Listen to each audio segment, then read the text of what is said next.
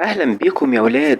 أنا مستر ريمون حنا، وتعالوا مع بعض نفتح كتاب بيت باي بيت ونحل الاختبار اللي موجود في صفحة 155. تعالوا نبتدي نحل السؤال الأول بتاع الاختيارات. الجملة الأولانية بتقول إيه؟ نقط straight ahead. نقط straight ahead. straight يعني إيه؟ straight يعني طوالي. straight يعني ايه؟ طوالي او في خط مستقيم. ahead يعني الى الامام. يبقى الجملة على بعضيها straight ahead يعني طوالي كده قدام او الى الامام. عارفين لما توصفوا عنوان لحد وتقولوا له امشوا كده طوالي كده على طول لقدام، او طوالي لقدام كده معناها ايه؟ straight ahead. اول ما تلاقوا كلمة straight ahead موجودة هاتوا قبليها على طول go. هاتوا قبليها على طول ايه؟ go من غير اي اضافات. هاتوا على طول الفيرب ايه؟ go من غير اي اضافات. يبقى الجملة على بعضيها go straight ahead. go straight ahead يعني اذهب طوالي كده على طول. go straight ahead يعني اذهب طوالي كده على طول الى الامام. طب نيجي للجملة نمبر 2. A بيكلم B. A بيقول ايه؟ excuse me. excuse me. excuse me يعني معذرة. عارفين كده لما توقف واحد عايز تسأله عن حاجة تقول له ايه؟ excuse me. يعني ايه excuse me؟ يعني بتقول له معذرة. excuse me او لو سمحت. معذرة لو سمحت. يبقى معذرة او لو سمحت. وتقول له ايه؟ نقط is بيكون the supermarket وحط علامة استفهام يعني سؤال. كانت الإجابة ايه؟ قال له ايه؟ قال له it's انها on the left. on the left يعني على الشمال. on the left يعني على الشمال. يبقى هو اكيد سأله فين السوبر ماركت، لانه طالما الإجابة كانت it's on the left يعني على الشمال، يعني عايز يقوله كأنه بيقوله على ايدك الشمال يعني. يبقى اكيد سأله اين السوبر ماركت. فين علامة الاستفهام اللي بمعنى اين هنا؟ where. برافو عليكم. where يعني اين. where يعني اين. where is the supermarket. where is the supermarket. اين السوبر ماركت؟ هو قال له it's انه on the left على الشمال يعني على ايدك الشمال. طب بقية الكلمات معناها ايه؟ what يعني ما او ماذا. how يعني كيف. why يعني لماذا. يعني لماذا. احفظ الاربع كلمات دي زي اسمك. where يعني اين. what يعني ما او ماذا. how يعني كيف. why يعني لماذا. برافو عليكم. طب نيجي للجملة نمبر 3. the post office يعني مكتب البريد. the post office يعني مكتب البريد. is بيكون نقط the left. اول ما تلاقوا the left او the right على طول هاتوا بعديها on. يبقى the left دايما بتاخد حرف الجر ايه؟ on the left يعني على الشمال. on the left. فين on هنا في الاختيارات؟ on اهي. يبقى حط على طول اول ما تشوف كلمة the left حط على طول حرف الجر on. يبقى الجملة على بعضيها ايه؟ the post office is يعني مكتب البريد بيكون on the left على الشمال. on the left على الشمال. طب نيجي للجملة number 4. right يعني يمينا. right يعني ايه؟ يمينا. it's انه next to بالقرب من. next to دي كلمة كده على بعضيها. next to بالقرب من. the bank يعني البنك. يبقى هو قال له ايه؟ قال له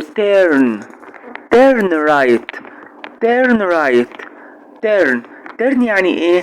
turn يعني اتجه. right يعني يمينا. turn right يعني اتجه يمينا. it's next to the bank انه بالقرب من البنك. تاني turn right اتجه يمينا. it's إنه next to بالقرب من the bank. طب بقية الكلمات معناها ايه يا مستر؟ كلمة burn أول كلمة بمعنى يحرق. عارفين لما يحرق حاجة بالنار اسمها burn. burn يعني يحرق. طب كلمة help. help يعني بيساعد. help يعني بيساعد. take يعني يأخذ. take يعني يأخذ. يبقى الكلمة الصحيحة هي ايه؟ هي كلمة turn. turn يعني اتجه. turn right يعني اتجه يمينا. طب نيجي للجملة number 5. the hospital. the hospital. the hospital يعني المستشفى. is بتكون نقط the corner. نقط the corner. the corner. the corner يعني corner يعني الركن. ركن أو زاوية. عارفين يا ولاد لما شارعين كده يتقابلوا مع بعض، لما شارعين يتقاطعوا مع بعض، اهو التقاطع الشارعين دول بسميه كورنر. التقاطع بتاع الشارعين دول لما يقابلوا بعض في الحتة ديت بسميه كورنر. يبقى ركن او زاوية، ركن الشارع او زاوية الشارع، المكان اللي الشارعين فيه بيتقابلوا مع بعض بسميه كورنر. اول ما تشوفوا كلمة ذا كورنر على طول هاتوا معاها حرف الجر اون. تاني، اول ما تشوفوا ذا كورنر الكلمة دي دايما بتاخد حرف الجر ايه؟ اون. يبقى الجملة على بعضيها ايه؟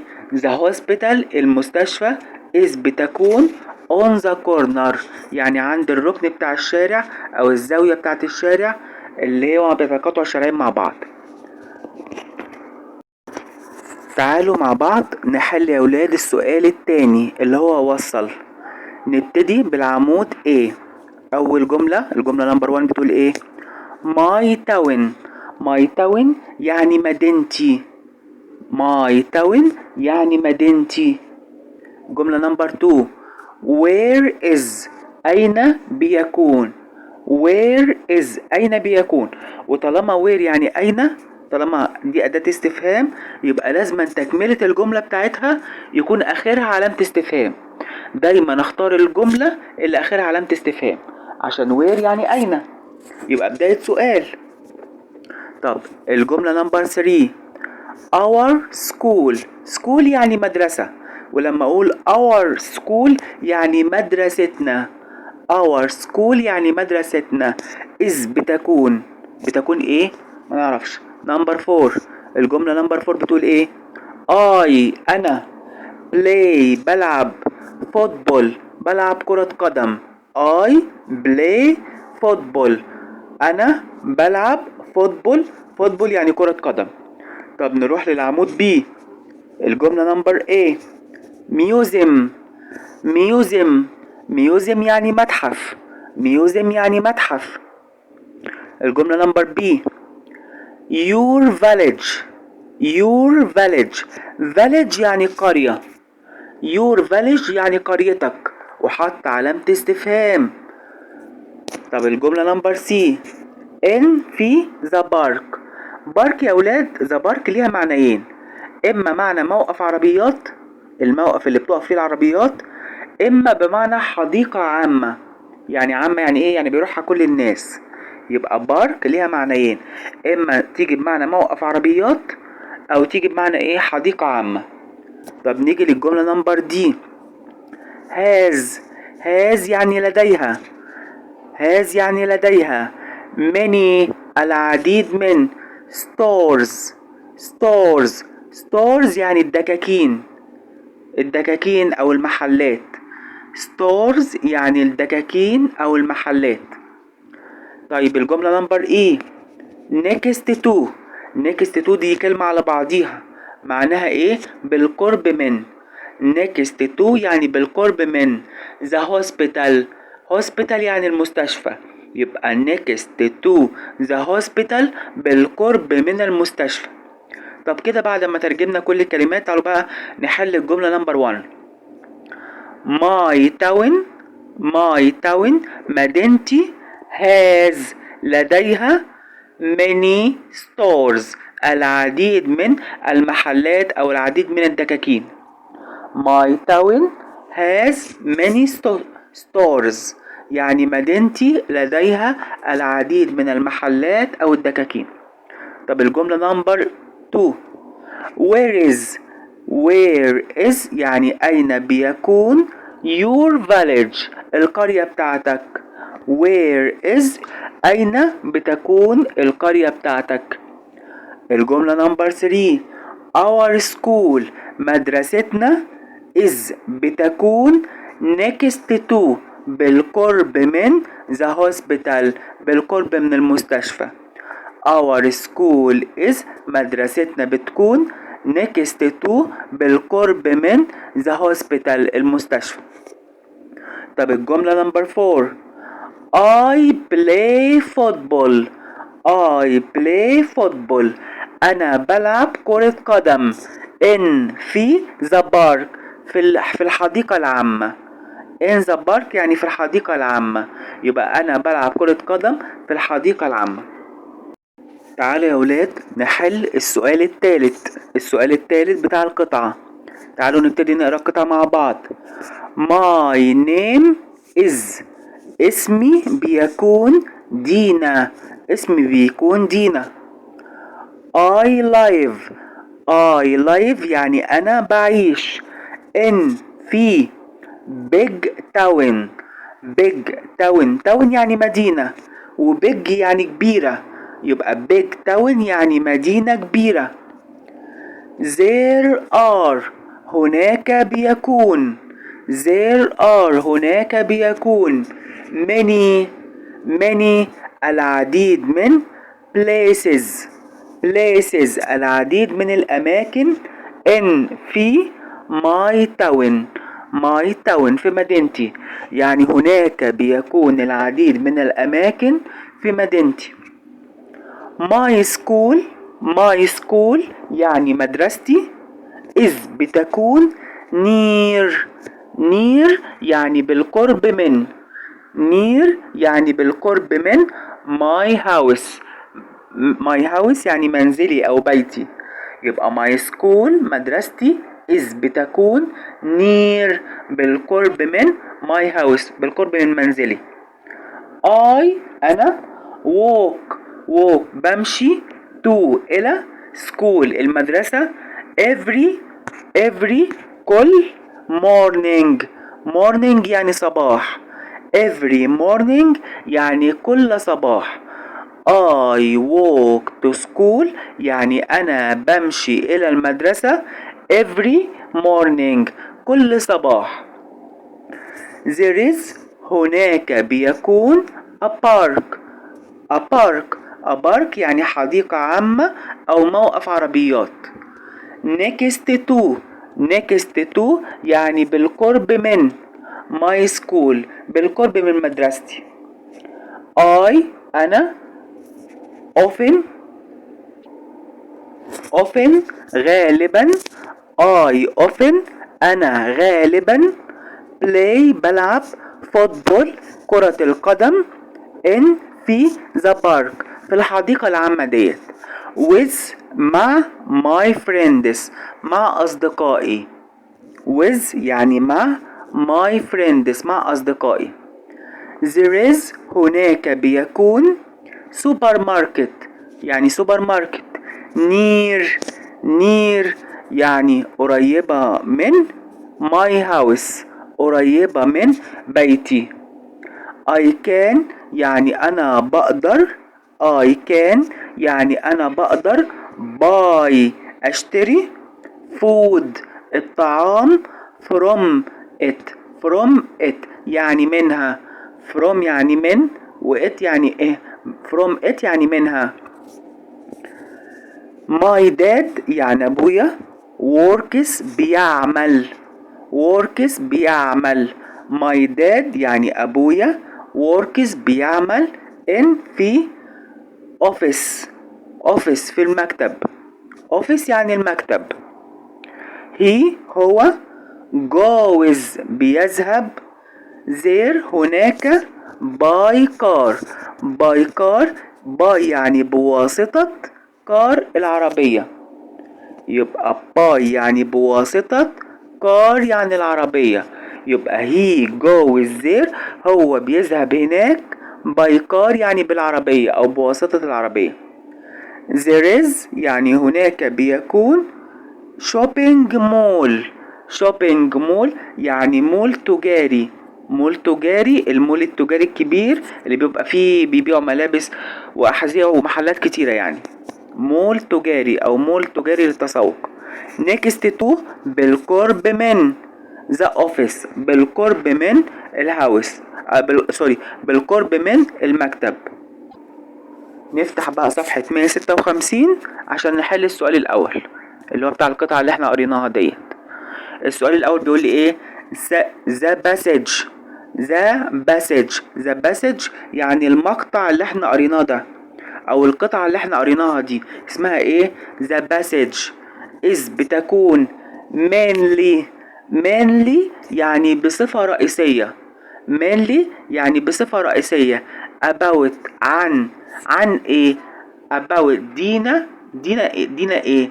ايه الحاجة الرئيسية اللي بتتكلم عليها بتاعت دينا؟ يبقى اكيد بيتكلم عن التاون. بيتكلم عن ايه؟ التاون. مش احنا بيتكلم عن التاون؟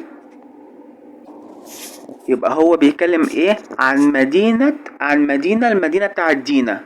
يبقى الفكرة الرئيسية اللي بيتكلم عليها المقطع اللي احنا قريناه ده كله المدينة بتاعت دينا. مدينة يعني ايه؟ تاون. المدينة يعني تاون. يبقى تاني the passage يعني ايه؟ يعني المقطع اللي احنا قريناه او القطعة اللي احنا قريناها is بتكون mainly بصفة رئيسية. mainly يعني بصفة رئيسية. about عن ايه؟ ديناس تاون يعني مدينة تينا. المدينة بتاعت دينا. طب بقية الكلمات معناها ايه؟ سوبر ماركت يعني سوبر ماركت. اوفيس يعني مكتب. روم يعني غرفة او اوضة.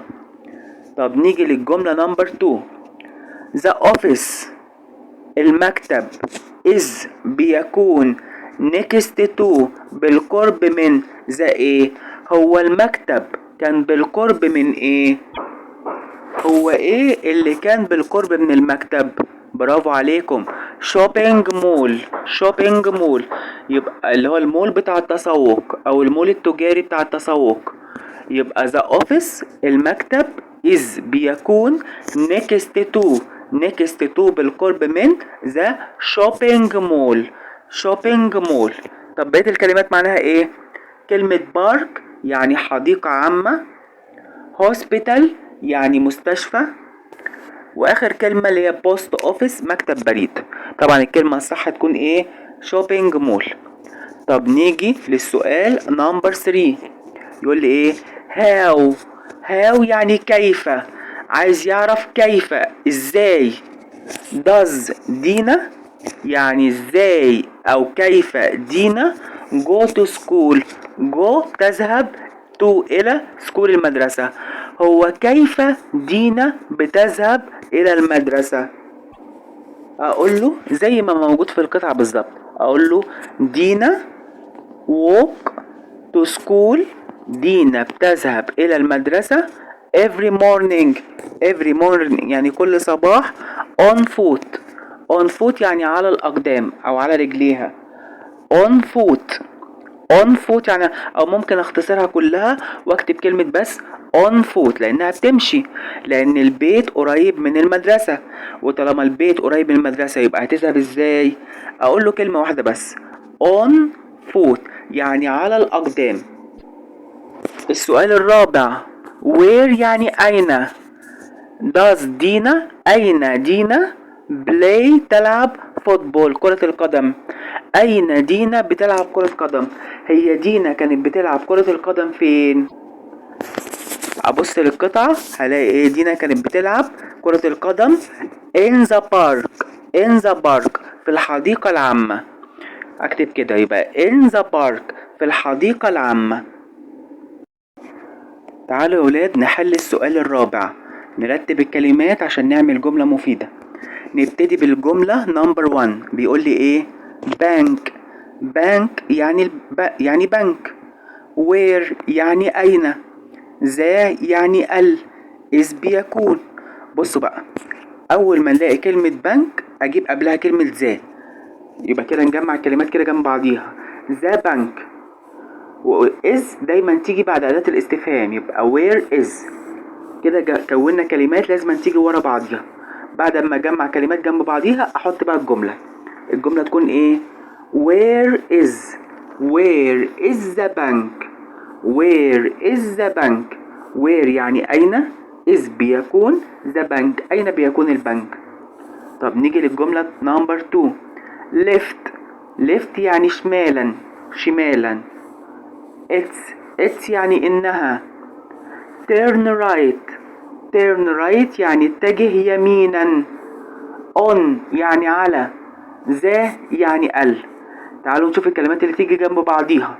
في 3 كلمات لازم يجوا جنب بعضيهم. on the left 3 كلمات كده لازم ال3 يجوا جنب بعض. on the left. طيب تعالوا بقى نكون الجملة كده نقول ايه؟ turn right يعني اتجه يمينا. it's انها on the left على الشمال. انها على الشمال. يبقى لما تيجي توصف عنوان لحد تقول له ايه؟ turn right اتجه يمينا. it's انها on the left على الشمال. on the left يعني على الشمال. نيجي للجملة نمبر 3.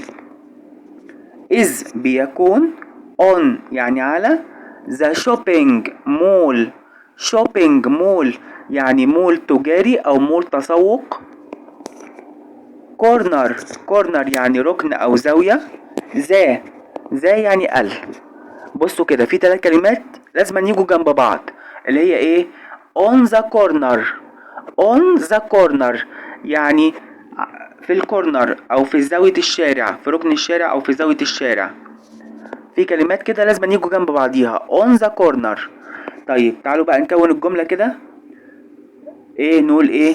the shopping mall المول التجاري او مول التسوق is بيكون on the corner في الركن بتاع الشارع او في الزاوية بتاعت الشارع. طب نيجي للجملة نمبر 4. between يعني بين. my house يعني منزلي. the supermarket يعني سوبر ماركت. the school يعني المدرسة. and is بيكون. تيجوا نكون جملة. تعالوا بقى نقول ايه؟ نقول my house منزلي is بيكون بين the supermarket and the school بين السوبر ماركت والمدرسة. تاني my house is منزلي بيكون بين the supermarket and the school بين السوبر ماركت والمدرسة. تعالوا يا ولاد نحل السؤال الخامس بتاع البانكتويت يعني بتاع علامات الترقيم.